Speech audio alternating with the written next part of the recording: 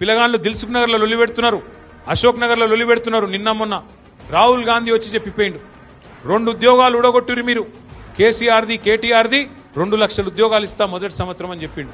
మరి 2 ఏళ్ళు అయిపోయాయి, ఎక్కడ నీ 2 లక్షల ఉద్యోగాలు అని చెప్పి పిల్లలు దిల్సుఖ్ నగర్లో అశోక్ నగర్లో గడబడి చేస్తా ఉన్నారు.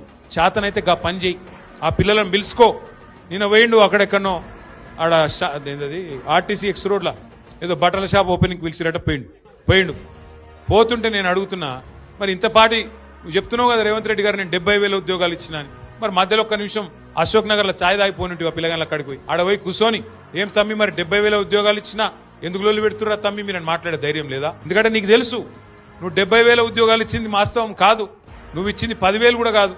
అన్ని కేసీఆర్ గారు ఇచ్చిన ఉద్యోగాలకు నువ్వు కాగితాలు ఇచ్చి దానికి కూడా పోజులు కొట్టి ఇలా అబద్ధాలు చెప్తే అబద్ధాలు ఎల్లకాలం నడువయి. కొన్ని రోజులు నడిపిస్తున్నావు, కానీ శాశ్వతంగా అది నిలువది గుర్తుపెట్టుకోవాలని కోరుతూ